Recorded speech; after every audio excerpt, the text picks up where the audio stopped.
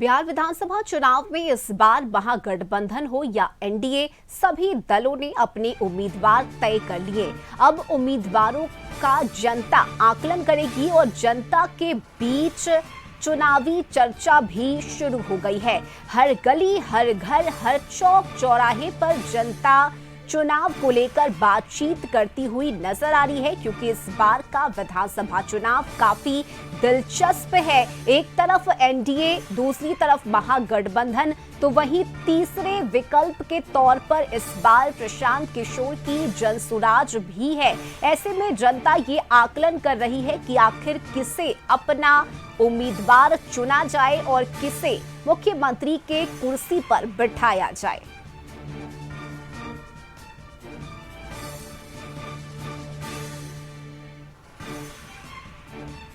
तो देखिए, एनडीए, महागठबंधन और जनसुराज की तरफ से उम्मीदवारों के नाम को तय कर लिया गया है। उम्मीदवारों ने अपना नामांकन भी कर दिया है। पहले चरण के चुनाव को लेकर नामांकन खत्म हो चुका है और दूसरे चरण के चुनाव का नामांकन भी 20 अक्टूबर को समाप्त होगा। इसके साथ ही 6 नवंबर को पहले फेज का मतदान होना है, 11 नवंबर को दूसरे फेज का और 14 नवंबर को मतगणना होगी। यानी ये पता चलेगा कि जनता ने इस बार किसे अपना मालिक चुना है। बिहार में मुख्यमंत्री के तौर पर जनता किसे देखना चाहती है, ये 14 नवंबर को पता चलेगा। लेकिन इससे पहले चुनावी गतिविधि, चुनावी रणनीति बिहार में तेज हो गई है। एनडीए की तरफ से लगातार प्रचार प्रसार किए जा रहे हैं। कई बड़े और दिग्गज चेहरे बिहार के अलग अलग जिलों में लगातार चुनावी जनसभा को संबोधित कर रहे हैं, तो वहीं दूसरी तरफ महागठबंधन के प्रत्याशी भी जनता के बीच जा रहे हैं। लेकिन देखिए, अंतिम फैसला जनता को लेना है और संवाददाता अंकित इस वक्त हमारे साथ जुड़े हुए हैं। अंकित, देखिए, इस वक्त हर गली, हर घर में, हर चौक चौराहे पर जब लोग एकत्रित होते हैं तो बातचीत चुनाव को लेकर हो रही है कि आखिर इस बार किस पार्टी पर भरोसा किया जाए और किसे अपने क्षेत्र से उम्मीदवार के तौर पर विजयी बनाया जाए। और यही वजह है कि इस वक्त जनता भी यही चाहती है कि उनका प्रत्याशी ऐसा हो जो उनके लिए काम करे, उनके क्षेत्र के लिए काम करे, बिहार को विकास के रास्ते पर ले जाने के लिए काम करे। और यही सोच विचार करने में जनता इस वक्त जुटी हुई है। अंकित। जी रश्मि, देखिए, बिहार विधानसभा चुनाव है और चुनावी माहौल जो है वो बिहार में चढ़ चुका है। इस वक्त हम मौजूद है पटना के गांधी मैदान कारगिल चौक के पास और जनता से जानेंगे कि इस बार उनका मुद्दा क्या रहेगा, किस मुद्दे पर वोट करेंगे। क्योंकि देखिए, सभी जो प्रत्याशी हैं वो उतर चुके हैं, अपना प्रचार प्रसार कर रहे हैं। इधर बात कर लीजिए एनडीए की, इधर बात कर लीजिए महागठबंधन की, दोनों जो है फर्स्ट फेज की चुनाव को लेकर के अब चुनावी मैदान में है। तो जनता का भी मूड जानना जरूरी है कि जनता इस बार किस सवाल को लेकर के उनको वोट करेगी, किस मुद्दा रहेगा, विकास हुआ उनके क्षेत्र में या फिर नहीं, इन तमाम मुद्दों को जानेंगे। देखिए, युवा चेहरा पे लगातार जो है सरकार काम कर रही है। महागठबंधन की बात कर ली जाए या फिर एनडीए की बात कर ली जाए, दोनों जो है युवाओं को साधने की इस बार कोशिश की है। तमाम प्रचार जो हो रही है उसमें युवाओं की सबसे पहले बात की जा रही है। महिला है, उनसे बात करेंगे। ये बताइए मैम कि आप लोग इस बार चुनाव में वोट देने जाइएगा, मत देने जाइएगा, तो इस बार क्या मुद्दा रहेगा, क्या अपेक्षा करते हैं अपने प्रत्याशियों से? अभी तो हम झारखंड के हैं तो इसके बारे में कुछ नहीं कह सकते हैं। सॉरी। देखिए, ये तो झारखंड से हैं, बोलना नहीं चाह रही हैं, और कुछ लोग हैं उनसे। इस बार भैया मुद्दा क्या रहेगा जनता की, क्या किस मुद्दे पे वोट करिएगा आप लोग? जो सबसे बड़ा मुद्दा तो बिहार में है रोजगार का, जो नीतीश कुमार ने शुरू भी कर दिया है। बहुत लोगों को रोजगार भी दिया, बहुत सारा प्रोसीजर में, जैसे बिहार पुलिस का, दरोगा का, सचिवालय का बहाली। तो रोजगार का मुद्दा तो था ही, लेकिन उसका गति भी मिल गया, सरकार के द्वारा किया गया था। इसलिए लोगों का सोचा कि नहीं, फिर से क्यों नहीं नीतीश कुमार को चुना जाए, ताकि रोजगार का काम जो है और आगे बढ़े और प्रगति की ओर करें। आगे क्या मतलब फिर से इस बार नीतीश कुमार को देखेंगे तो उनसे अब क्या अपेक्षा रखते हैं कि क्या और क्या विकास करें? हाँ, इनसे और अपेक्षा रखा जाता है कि जैसे है कि ये शिक्षा के क्षेत्र में और काम किया जाए, क्योंकि स्कूल का जो बुनियादी ढांचा अभी भी पूरे तरीके से दुरुस्त नहीं हुआ है। बच्चे का जो लेवल है पढ़ाई का वो अभी स्तर जो है से निम्न है, हाई नहीं हुआ है। यानी टीचर की बहाली तो हो गई है, लेकिन उसका मॉनिटरिंग भी सही से होना चाहिए ताकि उसका एजुकेशन का लेवल हाई हो जाए। यानी केवल टीचर बहाल कर देने से और ये बच्चों को स्कूल में पहुंचा देने या भोजन देने से नहीं होता है। एजुकेशन को भी हाई करना, इसका मॉनिटरिंग होना चाहिए। नौकरी के क्षेत्र में और काम होना चाहिए ताकि लोगों को और अधिक से अधिक रोजगार के अवसर प्रदान किया जाए। दूसरी बात, जिस तरह की योजनाएं सरकार के द्वारा महिलाओं के लिए विकास के लिए चलाया जा रहा है, उस तरह पुरुषों को उत्थान के लिए भी चलाया जाए। कोई भी योजना यानी बेरोजगार या पुरुष के लिए नहीं है। जितनी भी योजना सरकार का है सब महिला सशक्तिकरण की ओर है, जिससे समाज में लिंगवाद को बढ़ावा मिलेगा। आगे चल करके लिंगवाद को बढ़ावा मिलेगा और पुरुष धीरे धीरे समाज में नीचे की ओर गिरते जाएगा।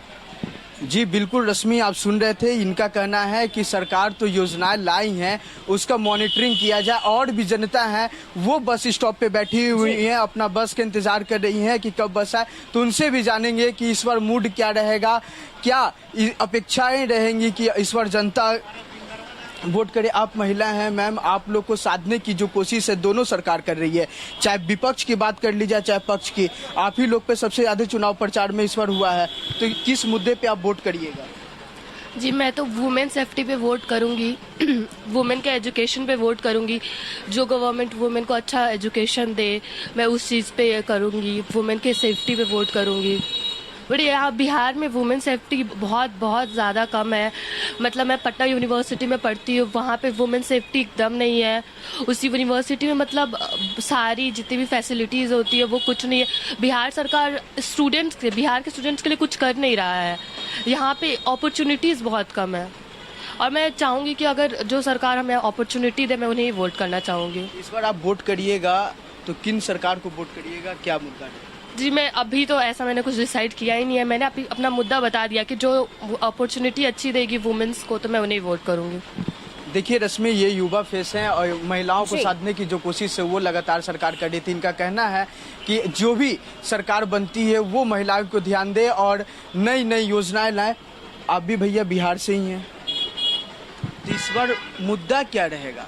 वोट करने जाइएगा, मत देने जाइएगा, तो इस वक्त क्योंकि जनरली देखा जाता है ना कि हमारे युवा लोग भाई लोग है कि जनरली क्योंकि पढ़ लिख करके जो यहाँ से ग्रेजुएट करके ना बाहर चले जाते हैं अपने यहाँ से, तो उनको प्रॉपर है कि अपनी सुविधा दिया जाए, यहाँ पर नौकरी की उनको सुविधा प्रदान किया जाए ताकि उनको ना यहाँ पर अपने राज्य में उनको ना सुविधा दी जाए ताकि यहाँ के लोग पलायन न कर सके यहाँ से। क्योंकि जनरली क्या होता है कि हम लोग अपना ग्रेजुएशन करने के लिए हम लोग को भी यहाँ से एक अच्छी यूनिवर्सिटी वगैरह पर नहीं एजुकेशन नहीं मिल पाती है, जिसकी वजह से हम लोग को बाहर राज्यों में जाकर के पढ़ना पड़ता है।